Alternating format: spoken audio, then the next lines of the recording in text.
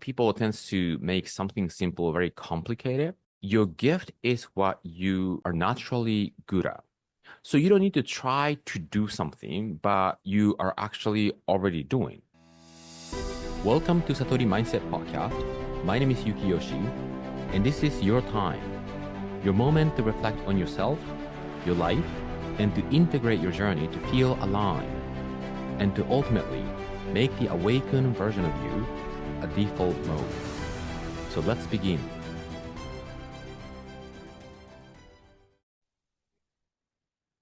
Okay, so welcome to the 5 Pillars of Soul Purpose Ascension. And I wanted to create this quick video to really be on the same page, what it really means to align with the soul purpose. So I have this soul purpose school group, and a lot of the things that I do to the world to share this message. My message is for people to live in alignment with the soul.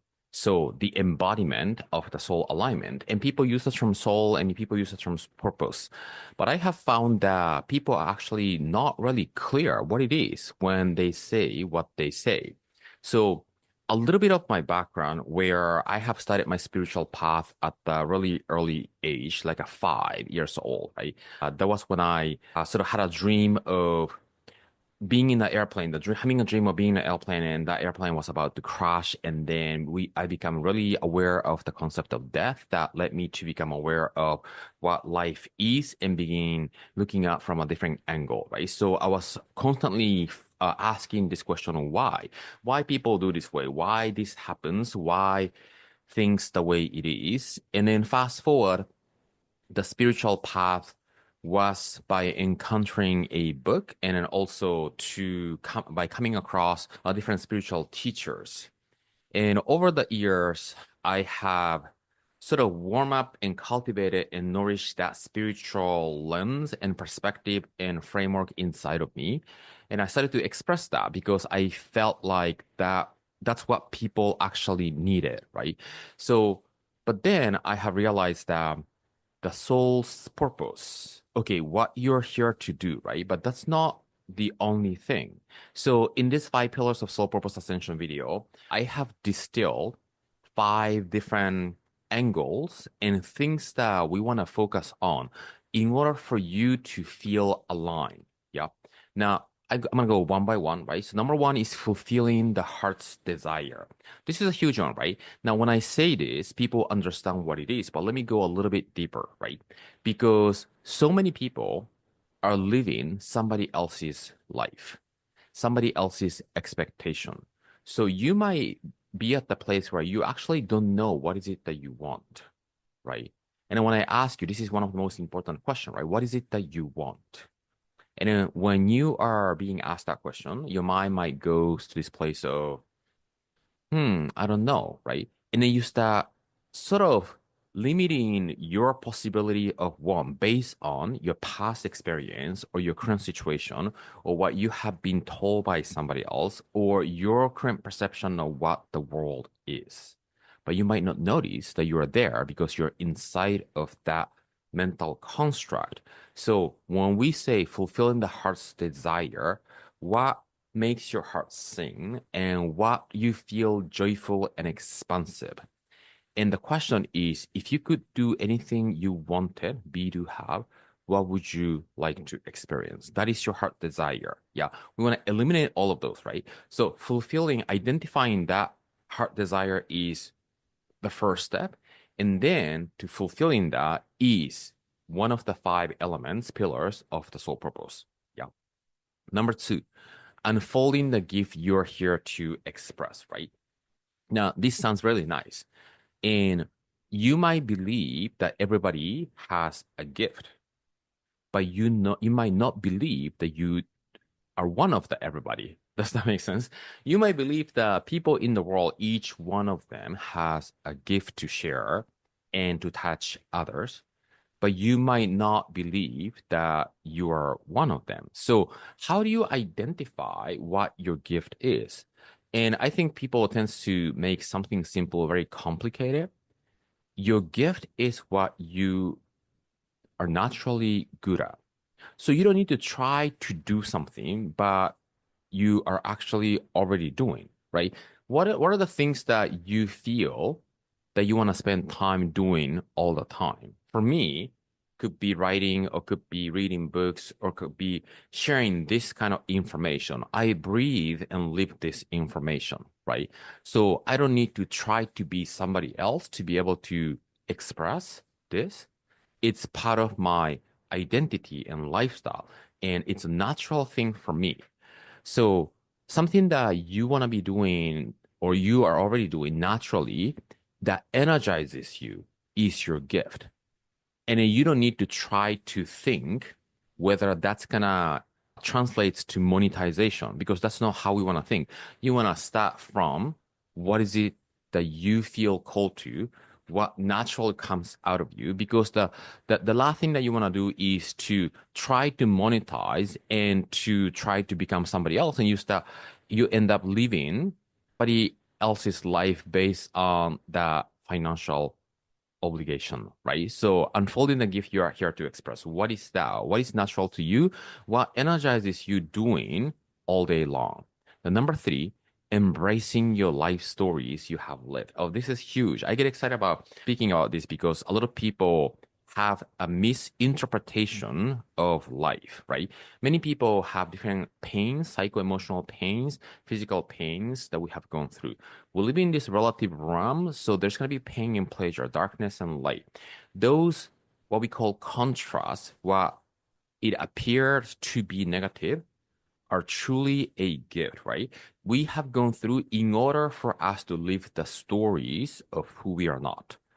And the ironic thing about this physical world is that we are obligated or destined to go through who we are not so that we can remember who we are. Yeah. Now, I was a dancer first, right? And I was working with people through movement and eliminating pain because I myself had a lot of physical pain, right? Now, I was in this sort of, not like I never felt like I was lost, but I wanted to have clarity, right? This physical life was very unclear to me, right? So what I have been doing is to connect the dots to gain clarity and light in what we actually do and who we are. So the stories that I have lived are sort of like the stories of pain, both physical and psycho-emotional, that allow me and let me to do and be what I'm doing and what I'm experiencing, right? So instead of resisting against the pain, right, or denying the past stories, including any perceived trauma that you had, right? And it's also not accepting it because those stories of the one that I call is who you are not, right? Now, embracing is another, concept and angle where you take that experience and then sort of cook a little bit and nurture, and then you turn that into a gift. That's what embracing means, right? So in this moment, if you're watching, listening to this can be that one moment that you can turn that, right? Turn that into embracing so we can begin opening the door because all that notion of resisting or denying or feeling weird and negative about your past present experience is going to keep your door closed. So by choosing to see in a certain way, almost like the whole life had helped you to prepare who you can show up today now you can begin opening the door. So that's number three, embracing your life stories you have lived. Yeah.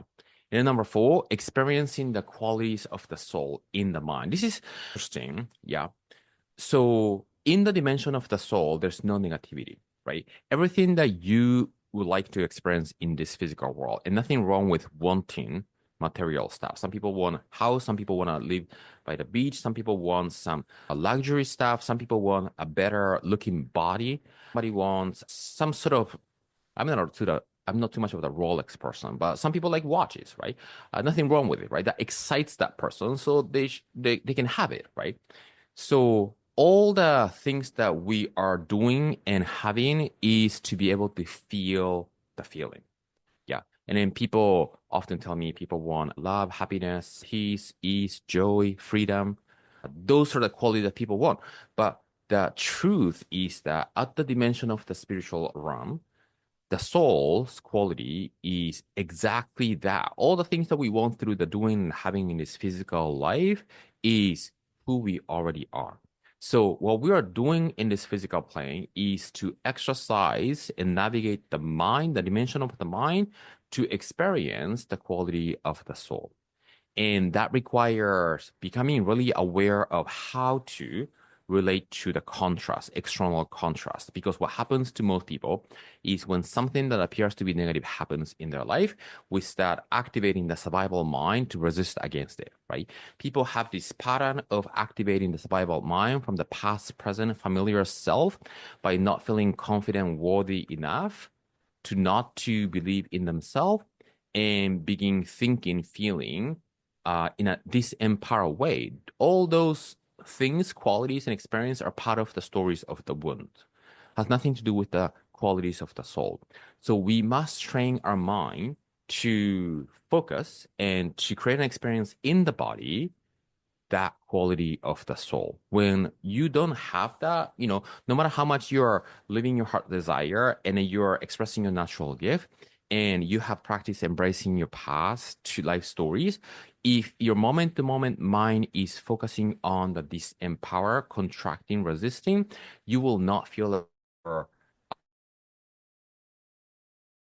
number four, right? The last one is a cultivation of your expanded truth, which we can also call belief, continuously, moment to moment. So, what is belief, right? Because whatever we believe becomes true in our life. That's the law of reciprocity, law of cause and effect, law of attraction.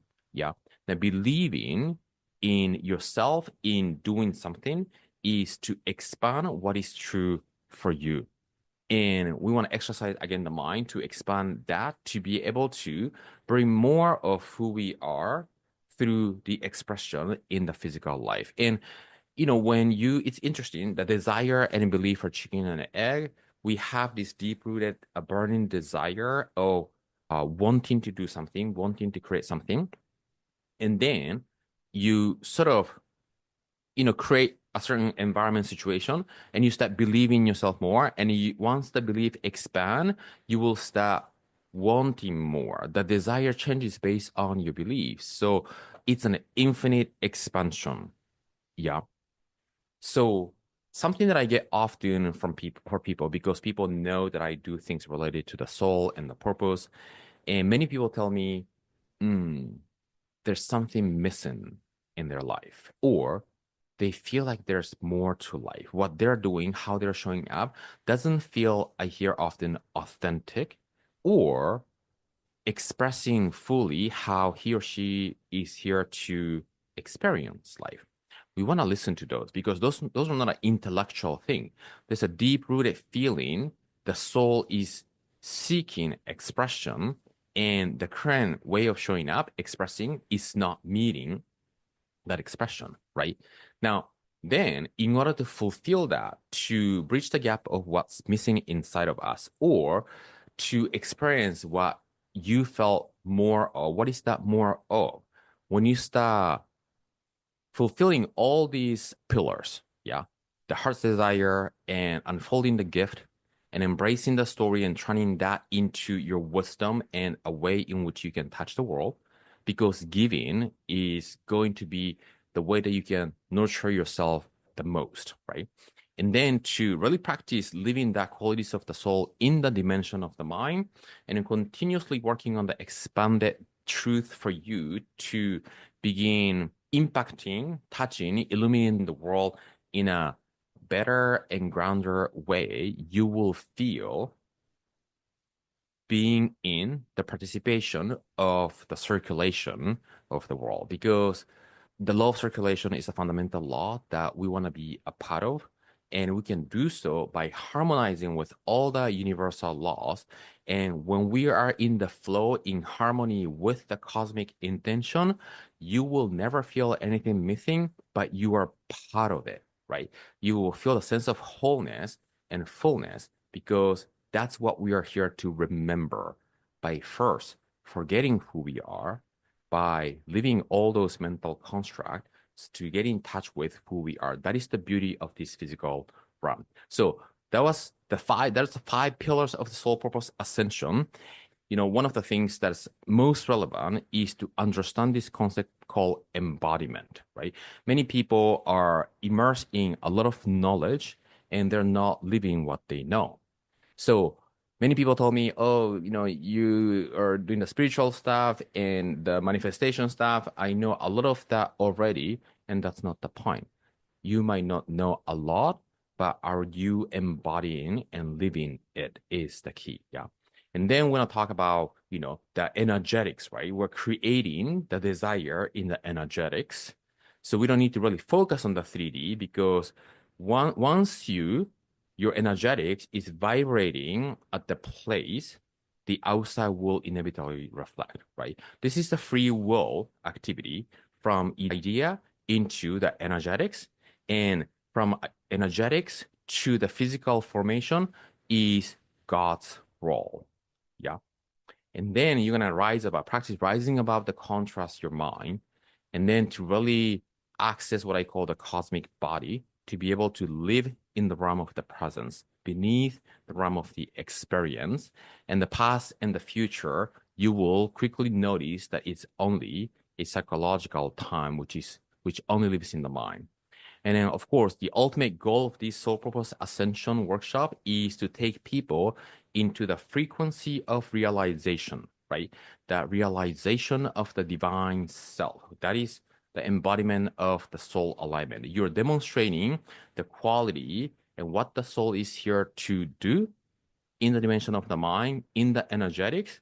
So you play in this 3D world, having fun, enjoying, and doing all the things that you are destined to and called to express and experience.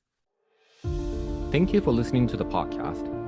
A message I want you to take with you is this: you have a power to choose how you see yourself and the world at any given moment. So stay connected to that wisdom.